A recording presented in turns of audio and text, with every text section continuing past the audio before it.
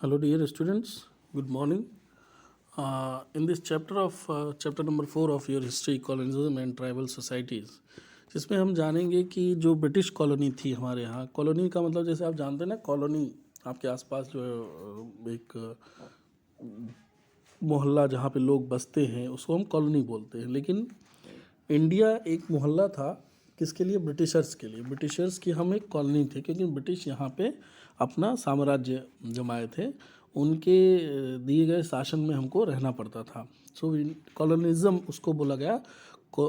Colonialism इसलिए बोला गया कॉलोनिज्म क्योंकि कॉलोनाइजेशन जो था वो एक तरीके से वाद था, वो भी एक विचारधारा थी।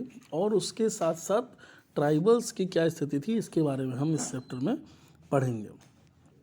Tribals all across the world generally follow a casteless and classless society.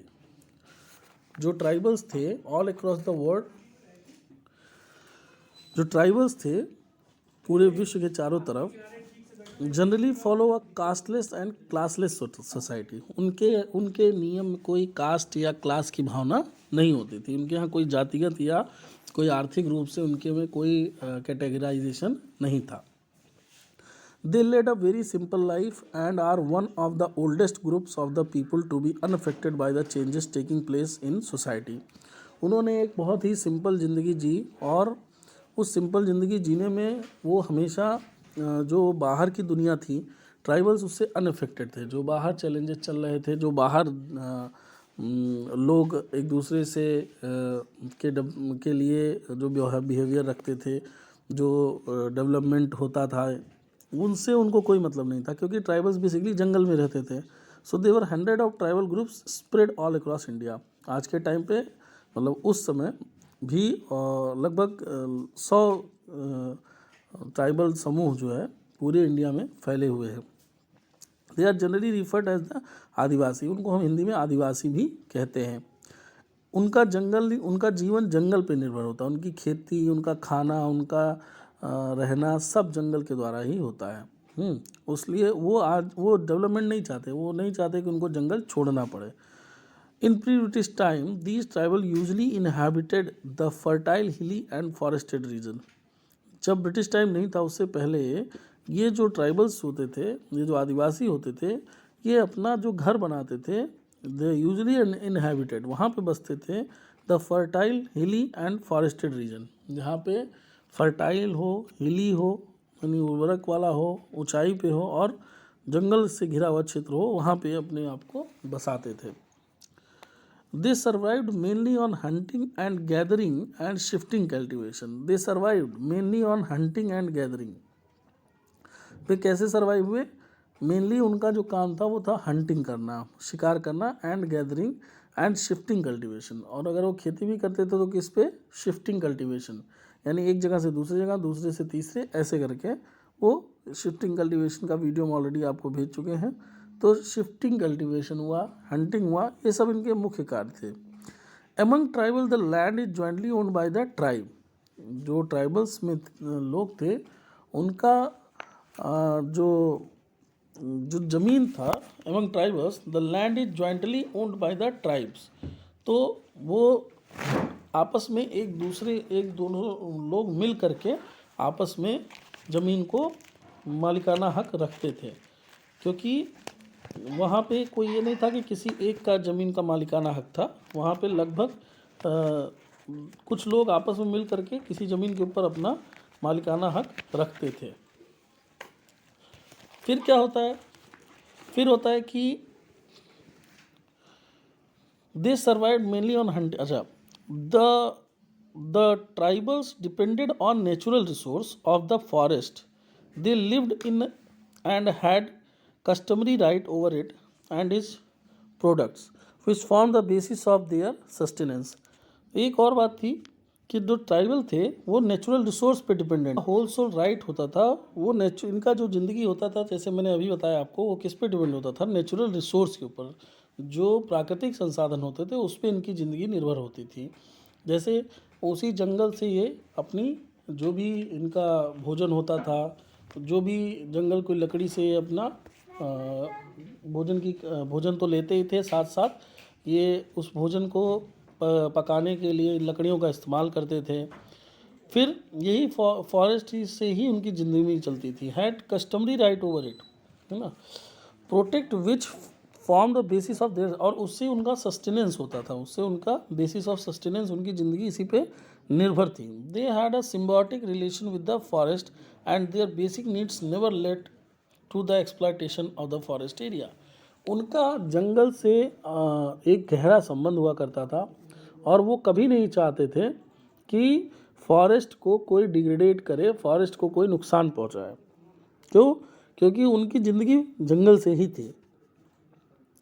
There basic need never led to exploitation of the forest area, और उनकी जो आधारभूत आवश्यकताएं थी, बेसिक नीड जो थी, छोटी छोटी जो आवश्यकताएं थी, उस आवश्यकताओं से कभी भी इनका जो फॉरेस्ट का जो डिग्रेडेशन होना चाहिए वो कभी नहीं हुआ। कभी भी फॉरेस्ट का इवन एक्सप्लॉयटेशन भी नहीं हुआ।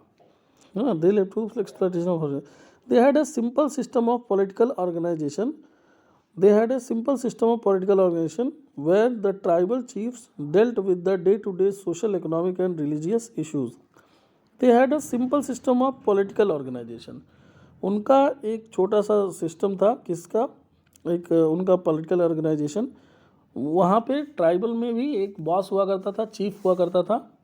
उस चीफ का काम था कि भाई वो सबके बीच में सामंजस्य बना करके अपने जो समूह को वो आगे लेके चलेगा। तो दे हैड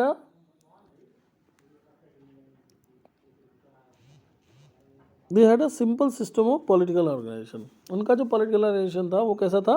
सिंपल सिस्टम, एक तरीके से सिंपल था उनका जो पॉलिटिकल ऑर्गेनाइजेशन था, और एक तरीके से ये साथ में रहना पसंद करते, सिम्बायोटिक रिलेशन उनके थे। They had a simple system of political organization where the tribal chief dealt with the day to day social, economic और रिलीजियस इशू। जो भी होते थे, कोई भी मुद्दा होता था, वो सब ट्राइबल चीफ्स जो होते थे उनके सामने रखा जाता था, जो आदिवासियों के सरदार होते थे। अब हम इसमें छोटी छोटी चीज़ें हैं कि ट्राइबल अंडर ब्रिटिश रूल क्या थे, कैसे थे, उसके बारे में भी जानेंगे। अब हम बात करते हैं जो ट्राइबल्स थे ब्रिटिश रूल में वो कैसे थे। जैसा कि हम जानें कि in pre British time the tribal lived forested region and practice hunting and gathering and shifting cultivation. British से पहले हंटिंग, गैदरिंग, ये शिफ्टिंग कल्टीवेशन ये चलता था ट्राइबल्स का। British colonies interfered in the tribal region to exploit natural resources. फिर क्या हुआ? धीरे धीरे ब्रिटिश कॉलोनिस्ट जो थे, जो ब्रिटिश के लोग थे, वो कहाँ पे इंटरफेयर करना शुरू कर दिए? ट्राइबल्स के एरियाज़ में, ट्राइबल्स के रीजन में, जहाँ पे ट्राइबल्स रहते थे। फिर क्या हुआ? The British forest policies were directed towards British economic gains. Policy थी फॉरेस्ट को लेके, जो उनका नियम था, that was directed towards British economic gains. उसमें ब्रिटिश के लोग अपने फ़ायदे की बात करते थे। Expansion of British activities in forest greatly disturb the tribal life. जो ब्रिटिश एक्टिविटीज़ जो थी, उसका एक्सपेंशन जो था, वो कहीं ना कहीं धीरे धीरे ट्राइबल्स की लाइफ को इसलिए डिस्टर्ब कर रहा था क्योंकि आदिवासियों की दुनिया तो वही जंगल ही थी, और वो उस जंगल में जो जंगल के संसाधन थे, पेड़ थे, लकड़ियाँ थी, जो उस समय के, उनमें वन्य जीव जो थे, उनको वो क्या करते थे, उनको वो डिस्टर्ब कर रहे थे। अब बात आती है कि इसके बाद कि इसका इफ़ेक्ट क्या हुआ, कॉलोनिज्म का ट्राइबल्स के ऊपर क्या इफ़ेक्ट हुआ। तो कॉलोनियल गवर्नमेंट जो थी, colonial government started interfering in the internal matter of tribal communities. Tribal communities के इंटरनल मैटर में भी ये लोग क्या करने लगे, हाथ डालने लगे और उसमें भी इंटरफेयर करने लगे। The British band shifting cultivation. Britishers ने शिफ्टिंग कल्टीवेशन के ऊपर बैन लगा दिया। They introduce the growing of crash crop. ये बताओ, कोई आया है लेने? They introduce the growing of cash crop, और उन्होंने क्या कहा कि आप कैश क्रॉप पे ध्यान दीजिए। And new revenue collection policies which broke the self sufficiency of tribals. और नया रेवेन्यू कलेक्शन की पॉलिसी बनाया गया जिसमें कि रेवेन्यू कलेक्ट होता था और उससे क्या हुआ कि जिसने क्या ब्रोक कर दिया, which broke the self sufficiency of the tribals, उससे सेल्फ सफिशिएंसी माने आदिवासियों की जो व्यक्तिगत जो उनकी ट्राइबल्स की जो जंगल के ऊपर राज चल रहा था वो ख़त्म कर दिया। The tribal were exploited by the money lenders and many became landless labourer. जो ट्राइबल्स थे वो क्या हो गए, एक्सप्लॉयड किए जाने लगे, किसके द्वारा, मनी लेंडर्स के द्वारा, और किसके द्वारा, exploited by the money lenders and became the end labourers. और क्या समझने वाली बात है कि जंगल पे अधिकार किसका था, ट्राइबल्स का। तो अंग्रेज़ों को अगर जंगल से कोई सामान लेना पड़ेगा तो किससे पूछ के लेना पड़ता, ट्राइबल से। तो उन्होंने नियम ही ऐसे बना दिए कि ट्राइबल्स इनके अंडर आ जाएं और ये अपने मन से बेहिसाब जंगलों की संपत्ति को नुकसान पहुंचा सकें।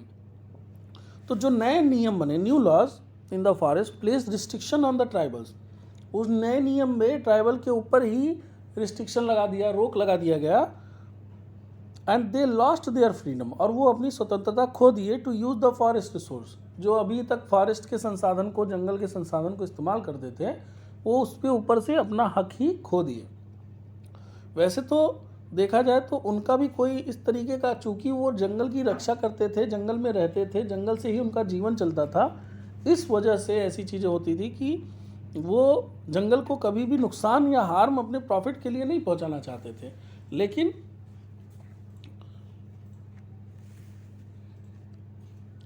लेकिन क्या हुआ कि वो जब ब्रिटिश लोग आए तो उन्होंने अपनी फ़ायदे के लिए जंगलों को नुकसान करना शुरू किया और सबसे पहले इनका जो उस पर आधिपत्य था उसको ख़त्म किया। Now tribal chief under the British rule, जो ट्राइबल चीफ्स थे उनकी क्या कंडीशन थी, तो ट्राइबल चीफ्स की कंडीशन थी कि भाई ट्राइबल चीफ पहले क्या करता था उसको आपको सोचना चाहिए। ट्राइबल चीफ क्या करते थे, ट्राइबल चीफ्स ट्राइबल्स से रिलेटेड जो भी मुद्दे होते थे उन मुद्दों को वो ध्यान से सुनते थे। उनके economic, social, day to day life, उनकी फैमिली या उनके क्लान में जो मतलब कोई भी दिक्कत आती थी उसको वो ध्यान से सुनते थे और उसका निराकरण करते थे। लेकिन इस बार क्या हो रहा है, the tribal chief who enjoyed some economic power lost their position. जो ट्राइबल चीफ कुछ इकोनॉमिक पावर पाए भी थे वो अपनी पोजीशन से हाथ धो बैठते हैं। With the coming of the British, British के आने के वजह से ये चीज़ें होती हैं। फिर क्या होता है, with the coming of the British, अब उसके बाद क्या होता है कि they were allowed to keep their land titles but lost much of their administrative power. उनको अलाउ किया गया था कि वो अपने टाइटल्स जो भी उनको मिलते हैं कि सरदार या लंबरदार जो भी, तो they were allowed to keep their land titles, वो अपने ज़मीनी जो उनको अपने शीर्षक जो उनको उन्होंने अपने लिए जो नाम रखा था वो आप रख सकते थे, है ना। But lost much of their administrative power, लेकिन कई प्रशासनिक शक्तियों से वो वंचित हो गए। जैसे पहले क्या था, पहले मान लिया ट्राइबल जो सरदार है वो कह सकता था कि भाई जाओ, अगर तुमने गलती की है तो तुम्हारा ज़मीन जो है अब तुम्हारा नहीं रहा, या तुम्हारी कोई संपत्ति में से इतना इसको हर्जाना दो। तो जो भी कह देता था वो ट्राइबल चीफ वो मानना पड़ता था लोगों को। लेकिन अब ब्रिटिश गवर्नमेंट ने क्या किया, उनके एडमिनिस्ट्रेटिव पावर को सीज कर दिया। They also had to pay tribute to the British and discipline the tribal groups on behalf of the British. और ट्राइबल चीफ को एक तरीके से कहीं ना कहीं जो ब्रिटिशर्स लोग थे उनके प्रति वफादार रहने के लिए कहा गया कि आप उनके प्रति क्या रहेंगे, वफादार रहेंगे, क्योंकि अब आप उनके अधीन हो गए हैं। तो एक they also have to pay tribute to the British, तो कहीं ना कहीं उनके प्रति सम्मान रखने की बात की गई कि आप ब्रिटिश के प्रति सम्मानजनक भाव रखेंगे एंड और अनुशासित रहेंगे and the tribal groups on behalf of the British के तरफ से। फिर आता है ट्राइबल डिस्कंटेंट। अब यहाँ पे क्या बात आती है कि जो ट्राइबल थे उन ट्राइबल्स के बारे में हम जैसे जाने अभी कि उनके अंदर कुछ असंतोष तो आएगा ही। डिसकंटेंट मतलब असंतोष। क्यों? क्योंकि कहीं ना कहीं उनको उनके जो भी अधिकार थे, उन अधिकारों से जब आप वंचित करने लगेंगे तो धीरे धीरे एक समय आएगा जब उनके अंदर असंतोष जागृत होगा। तो massive changes in their conditions created discontent among the tribals. Massive changes, बहुत अथाह बदलाव, इन देयर कंडीशन, उनके संबंधों में या उनकी स्थितियों में। Massive changes in their condition created discontent among the tribals. जब उनके स्थिति में इतना बदलाव लाने की कोशिश की गई, उससे अंदर अंदर वो भड़क गए और उनके अंदर एक असंतोष की भावना जागृत हो गई। दे वर डिस्प्लेस्ड फ्रॉम देयर होम्स, अपने घरों से बाहर निकाल दिए गए, और alienated from there lands and deprived of their resources. उनके रिसोर्सेज से उनको एक तरीके से उनके रिसोर्सेज ख़त्म कर दिए गए, और रिसोर्सेज ख़त्म करने के बाद अलग थलग कर दिया गया। उनके घर से उनको अलग थलग कर दिया गया, उनके ज़मीन से उनको हटा दिया गया, डिप्राइव्ड कर दिया गया, देयर रिसोर्सेज, संसाधनों से संसाधन विहीन कर दिया गया उनको। मतलब इस तरीके से ट्राइबल्स के साथ हुआ, और जब होगा तो डिसकंटेंट जागृत होना तो स्वाभाविक सी बात है। Many tribals revolt broke out between 1770 to 1924। कई ऐसे ट्राइबल क्रांतियाँ यानी आपके आदिवासी क्रांतियाँ भी हुई हैं जो अंग्रेज़ों से लड़ाई लड़े हैं। 1770 और 1924 ईस्वी में ये लड़ाई लड़ी गई है।